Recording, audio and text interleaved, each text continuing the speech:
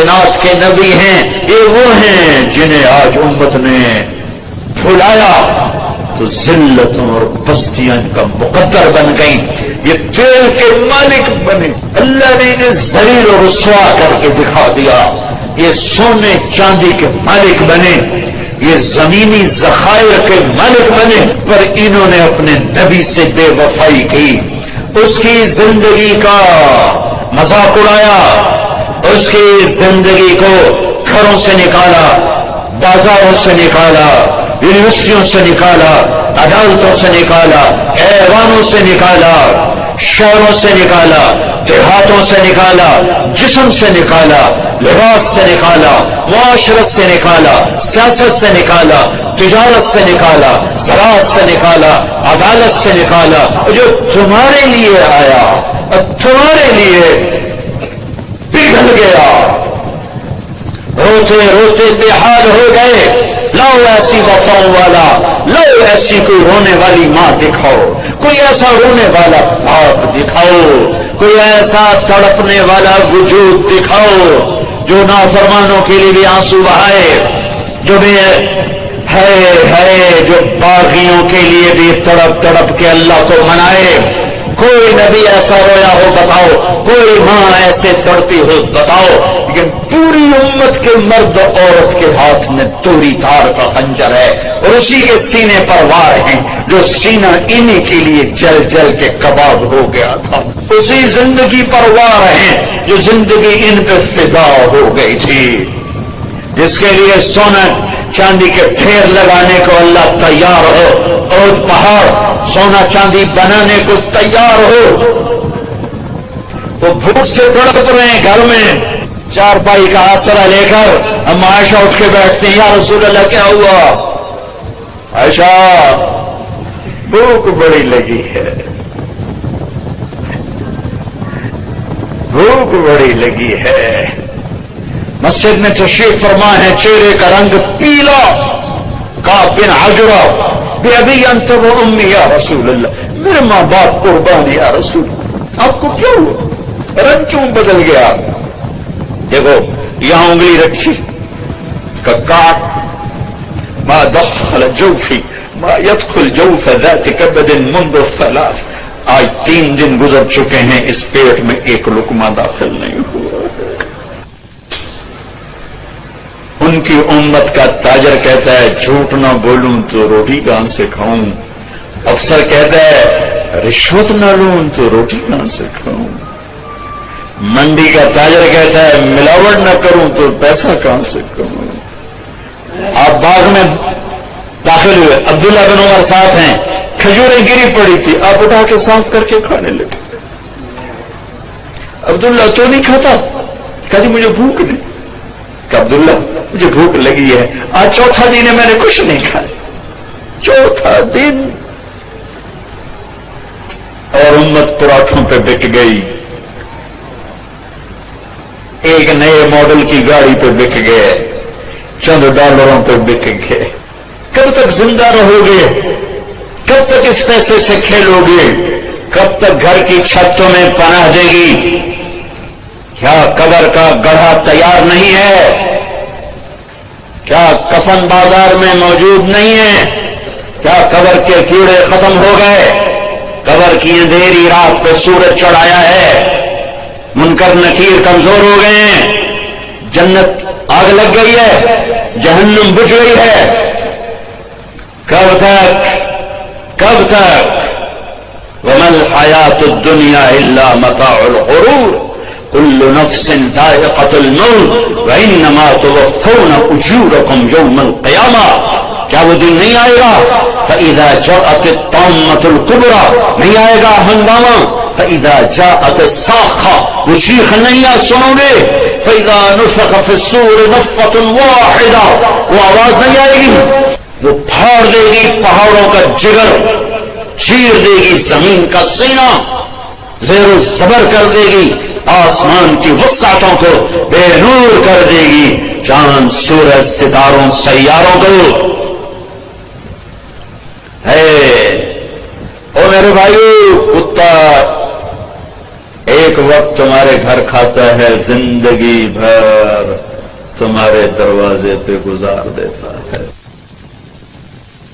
اتنے نیچے ہم نہ جائیں کہ کتے کی وفا ہم سے آگے چلی جائے، اتنے نیچے نہ جاؤ کہ قیامت کے دن کتے ہمیں پڑ جائیں، ظالموں ہم تو ناپاک تم سے وفا کر، تم نے کون سا کلمہ پڑھا تھا کہ چند سکوں پہ تم بکے، ایک بنگلے ایک کوٹھی پر تم بکے، تمہارے گھر میں ہم نے تمہاری روکھی کھا کر پہرا دیا، زندگی تمہارے در پہ گزار دی، تمہیں ہمیں سے سبق نہ ملا۔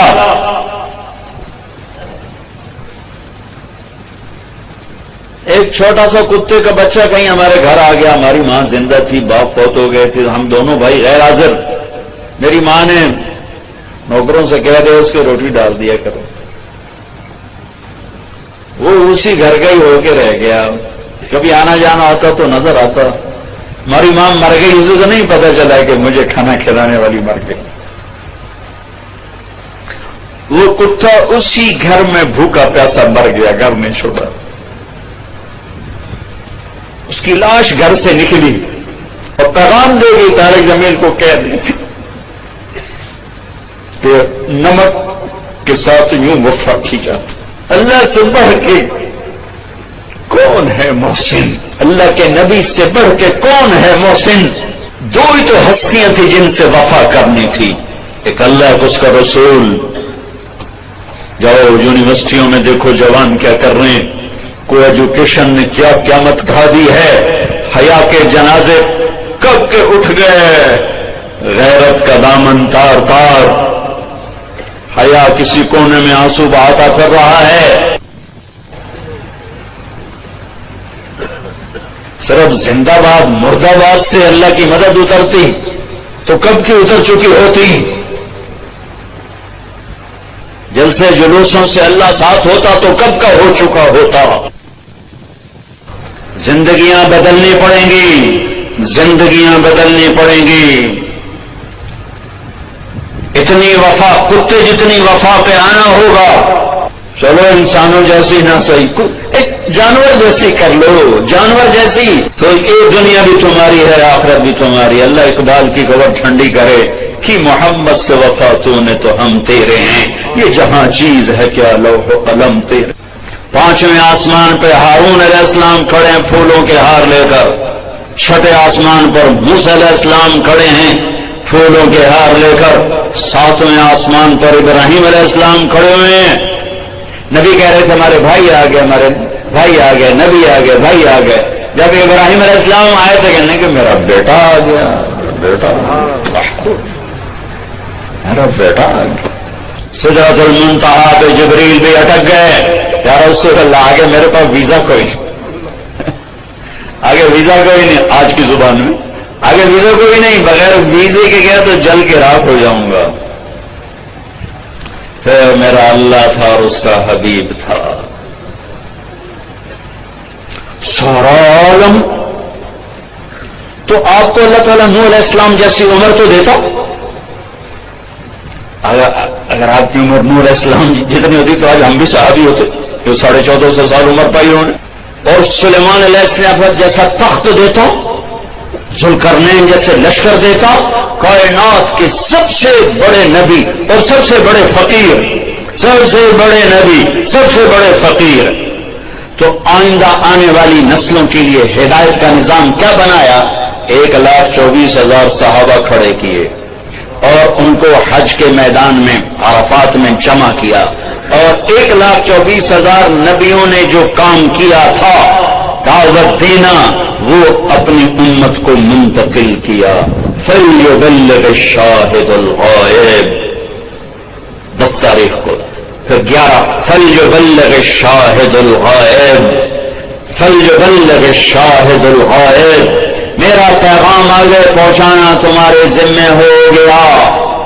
اس امت کو دعوت کا کام ملا، اس امت کو دعوت کی محنت ملی اور دین کی حفاظت ملی، اور دین کو جان مال سے زیادہ عزیز کرنا ملا، اور ان صحابہ نے نبیوں کی طرح دین کو پانی دے کر دکھایا، اور آج دین ہمارے پاس پہنچا ہوا ہے۔ اس کے پیچھے 1,24,000 نفوس کی خوبصورت زندگی ہے، اور ان کا عالی ہے کیا اللہ ان کی تعریف کرتا ہے، محمد الرسول اللہ والذین معہ۔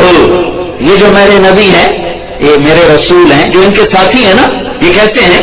اشداء علی الکفار، کفر پہ بڑے شدید، رحماء بینہم، آپس میں بڑے مہربان، تراہم رکعا سجدن، یہ کبھی میں ان کو دیکھتا ہوں رکوع میں، کبھی ان کو دیکھتا ہوں سجدے میں، تو بھی دیکھ یہ رکوع میں یہ سجدے میں، یبتغون فضلا من اللہ ورضوانا، یہ صرف میری رضا کے لیے، میری رضا کے لیے، کبھی سجدے میں، کبھی رکوع میں، کبھی میرے پیغاموں کو لے کر پھرے۔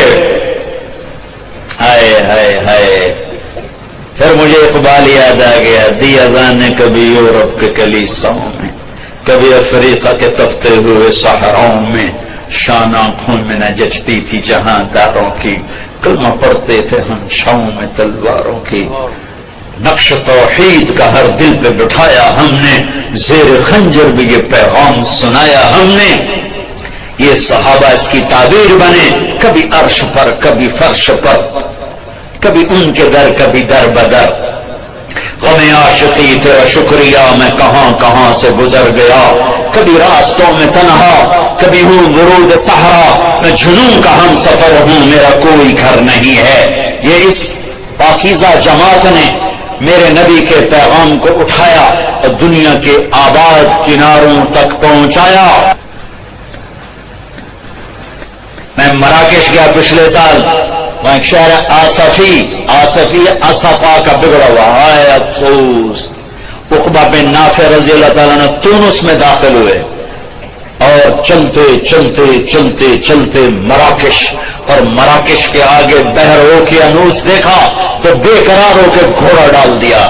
جب سمندر کی موجوں نے گھوڑے کو روکا تو آسمان کی طرف تلوار اٹھا کر گئے، میرے رات، ہائے افسوس، میرے پاس اسباب نہیں اس سمندر کو پار کرنے کے، اگر میرے پاس اسباب ہوتے اور مجھے پتا ہوتا کہ اس پار بھی کوئی رہتا ہے تو میں تیرا پیغام اس پار بھی پہنچاتا ہوں۔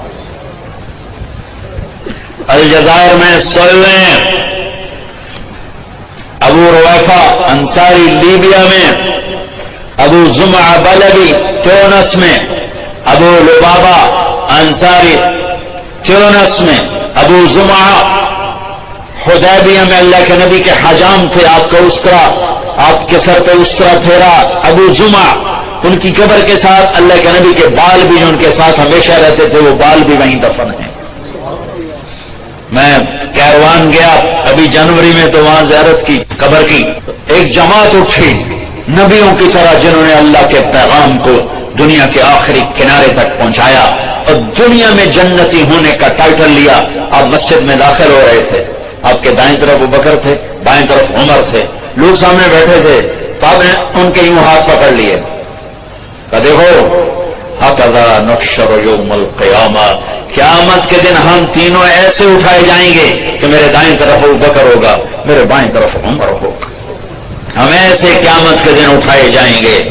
آپ نے فرمایا میرا ایک امتی ہے جب جنت کے دروازے پر آئے گا تو 8 دروازے کہیں گے مرحباً مرحبا، اجی حضرت آپ ادھر سے گزریں، یہ نہیں آپ یہاں سے گزریں، حضرت آپ یہاں سے گزریں، بھائی آپ ادھر سے آ جائیں، بھائی ادھر سے، بھائی ادھر سے، 8 دروازے پکار رہے ہیں۔ سلمان فارسی ایسے ہو کر کھڑے، یا رسول اللہ کون ہے یہ؟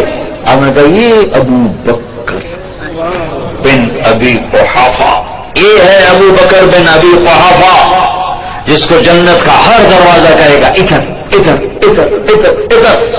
پر ہم کہا عمر رات ایک محل دیکھا بڑا زبردست جنت میں، ایک اینٹ جو یاقوت کی، ایک زمرد کی، ایک موتی کی۔ میں نے کہا کس کا ہے؟ مجھے کہا کہ ایک قریشی کا ہے، تو مجھے خیال ہے میرا ہوگا اتنا عالی شان، تو میں آگے بڑھا تو فرشتے نے کہا آپ کے غلام عمر بن خطاب کا ہے۔ پھر آپ نے عثمان کو دیکھا، عثمان جنت میں ہر نبی کا ایک رفیق ہے، میرا رفیق تو ہوگا۔ پھر علی پاس بیٹھے تھے، انہوں نے کہا ہاتھ پکڑا اور یوں قریب کر کے اپنے سینے کے ساتھ کر لیا، کہا علی راضی ہے؟ جنت میں تیرا گھر میرے گھر کے سامنے ہوگا، راضی ہو؟ اور ذری پھوٹ پھوٹ کے رو پڑے کہ بس یا رسول اللہ مجھے اور کیا چاہیے، اگر میرا گھر آپ کے گھر کے سامنے ہے تو مجھے اور کیا چاہیے؟ ہو گیا، راضی ہو گیا۔ طلحہ، زبیر، ہر نبی کے جنت میں ایک خادم، ہر نبی کا ایک خادم، میرے دو خادم، ایک طلحہ ایک زبیر۔ ابو بکر جنتی، عمر جنتی، عثمان جنتی، علی جنتی، طلحہ جنتی، زبیر جنتی، سعد بن ابی وقاص جنتی، عبد الرحمن بن عوف جنتی، ابو عبیدہ بن جراح جنتی، سعید بن زید جنتی۔ 10 آدمیوں کو آپ نے ایک سانس میں بشارت دی کہ یہ 10 جنتی جنتی جنتی جنتی، جن کو 10 مبشرہ کہا جاتا ہے، 10 مبشرہ۔ بدر والے یہ کون ہیں؟ میرے نبی نے کہا، اللہ کہہ رہا بدر والے جو مرضی کرو میں نے معاف کر دیا۔ حدیبیہ یہ کون ہیں؟ لقد رضی اللہ عن المؤمنین، میں حدیبیہ میں آپ کے ہاتھ پر بیعت کرنے والوں سے راضی ہو گیا۔ باقی سارے صحابہ، کلن وعد اللہ الحسنى، میرا وعدہ ہے میرے محبوب تیرا کوئی صحابی جہنم میں نہیں جا سکتا، سب جنتی، سب جنتی۔ ایک جماعت تیار ہو گئی، انہوں نے سینے سے لگا اور اللہ کے پیغام کو ہے۔ جب اللہ کے نبی کا انتقال ہوا تو عرب مرتد ہو، صرف مکہ، طائف، مدینہ 3 اسلام پہ باقی رہے، باقی سب نے اسلام چھوڑ دیا اور کانپ کے رہ گیا مدینہ۔